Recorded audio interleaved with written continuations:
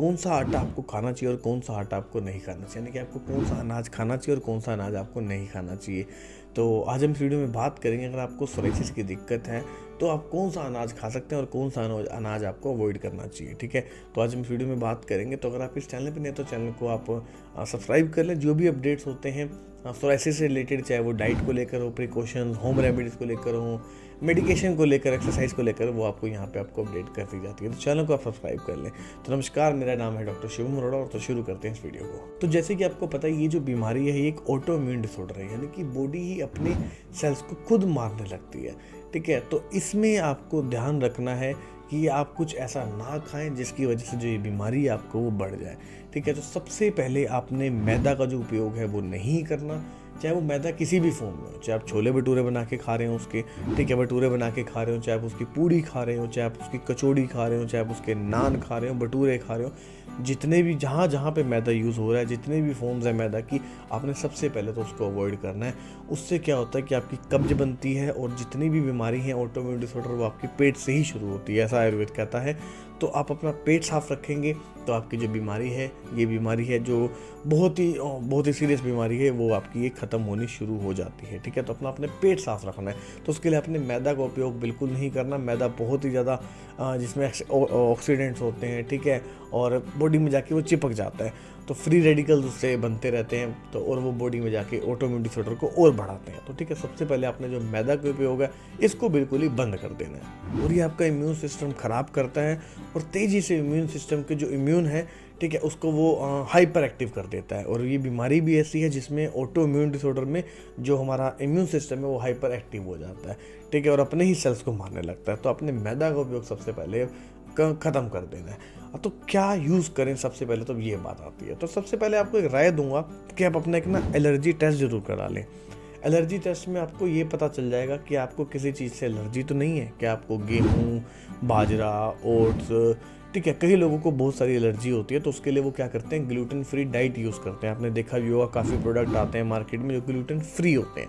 ठीक है, तो आपको तो ज़रूरत नहीं है ग्लूटेन फ्री की। ठीक है, हालांकि अगर हम वेस्ट साइड में जाएं, यानी कि यूएस, अमेरिका, इधर यूरोप साइड, वहाँ पे ऑटोइम्यून डिसऑर्डर में मना किया जाता है, ग्लूटेन फ्री डाइट खाने को ही कहा जाता है। लेकिन अगर आप यहाँ रह रहे हैं इंडिया में, हमारे पास बहुत सारी वैरायटी है, क्योंकि उनके पास ऐसी वैरायटी नहीं है जो हमारे पास है। वो क्या है वो मैं आपको बताऊँगा। ठीक है, तो इसके लिए सबसे पहले आप एलर्जी टेस्ट कराएं। एलर्जी टेस्ट में आप देखें कि आपको किसी चीज़ से एलर्जी तो नहीं है। ठीक है, एलर्जी निकलती है तो आप उस चीज़ को रोक दें। कई लोगों को गेहूं से एलर्जी होती है तो उसको रोक देते हैं, तो उसके लिए अब दूसरे हमारे पास अल्टरनेट ऑप्शन है। वो क्या है वो भी बताऊंगा। ठीक है, तो अपने इन ऑल्टरनेट ऑप्शन को यूज़ करना। अगर किसी चीज़ से एलर्जी नहीं है तो वेल एंड गुड है, तो आपने क्या करना है, मल्टीग्रेन आटा का यूज़ करना है। बहुत सारे मार्केट में ऐसे प्रोडक्ट्स आते हैं जो मल्टीग्रेन आटा के नाम से आते हैं, तो आप उनको यूज़ कर सकते हैं। तो घर पे क्या करें, घर पे ही बना लें। आटा ले लें, ठीक है, कुछ बाजरा ले लें, ठीक है, रागी ले लें, मिलेट्स ले लें, ठीक है, इन सबको मिक्स करके एक आटा बना लें। अब यही चीज़ मैं आपको बता रहा था यूएस यूरोप वाले में, क्योंकि वहाँ पे उनके पास इस तरह के मिलेट्स नहीं अवेलेबल हैं। और हमारे इंडिया में हमारी खास बात यही है कि हमारे पास ये सारी चीज़ें अवेलेबल हैं, तो हमारे पास बहुत सारे ऑल्टरनेट ऑप्शन होते हैं।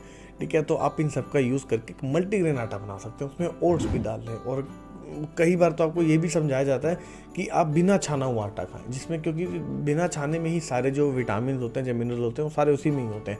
छान के आप सारी उन चीज़ों को बाहर फेंक देते हैं और खाते क्या है जिसमें कुछ भी न्यूट्रिएंट नहीं होता। तो सबसे पहले आपने तो आटा छानना बंद करना है। ठीक है, और उसमें बहुत सारे अलग अलग तरह के ग्रेन्स मिला दें। ठीक है, गेहूँ के साथ साथ बाजरा मिला दें, रागी मिला दें। ठीक है, और आप क्या कर सकते हैं, आप किस चीज़ की रोटी खा सकते हैं, आप मिस्सी रोटी खा सकते हैं, चने की जो दाल की रोटी बनती है वो खा सकते हैं। शादियों में बहुत अक्सर मिलती है, उसको आप घर पे बनाएं, कोशिश करें घर पे बनाने की। इस तरह से अगर आप अपनी डाइट मेंटेन करते हैं, इस तरह का गेहूँ खाते हैं, तो आपको बहुत ही अच्छा बेनिफिट मिलेगा और आपकी जो हेल्थ है वो भी इंप्रूव साथ साथ होती रहेगी।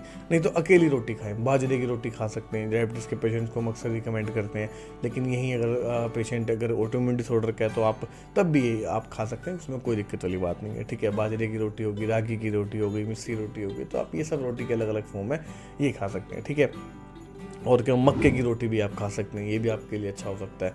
अब बात आती है चावल कौन सा खाएं। तो चावल के लिए आपको बताऊँ, आप चावल एक ब्राउन राइस खा सकते हैं। नहीं तो आपने करना क्या है, राइस में से स्टार्च निकाल देना है। अब स्टार्च कैसे निकालते हैं, आपने देखा होगा उसका मांड जो होता है वो अलग कर दें, ठीक है, मांड अलग करके जो होता है उसका स्टार्च निकाला जाता है। तो इसी तरह से आप मांड उसका अलग करके जो चावल बनता है आप वो खाएं, ठीक है, उसका स्टार्च होता है जो बाहर निकाल दें। तो इससे आपको काफ़ी ज़्यादा बेनिफिट मिलेगा। तो अगर आप ये चीज़ें करते हैं जो मैं आपको बता रहा हूँ, ये गेहूं का उपयोग करते हैं, तो आपका जो ऑटोइम्यून डिसऑर्डर है ये वो जल्दी आपका खत्म हो जाएगा। बट फिर भी एक मेडिकेशन की जरूरत पड़ती है, उसके लिए आपको डॉक्टर को जरूर कंसल्ट करना चाहिए। आप हमारे डॉक्टर से हमसे बात कर सकते हैं, नंबर नीचे दे उस पर कॉल करके, और अपनी जो मेडिसिन है वो प्रिपेयर करवा सकते हैं कस्टमाइज आपके हिसाब से। आप अपनी रिपोर्ट्स भेजेंगे, अपनी फ़ोटोज़ भेजेंगे, उसके हिसाब से हम आपकी मेडिसिन जो तैयार करके आपको वो भेजेंगे, ठीक है। तो ये अभी के लिए वीडियो थी, मिलेंगे आपसे नेक्स्ट वीडियो में एक नई जानकारी के साथ, एक नई बातों के साथ, नई आपसे बातें साझा करेंगे, ठीक है। तो मिलेंगे आपसे नेक्स्ट वीडियो में। Till then good bye, take care.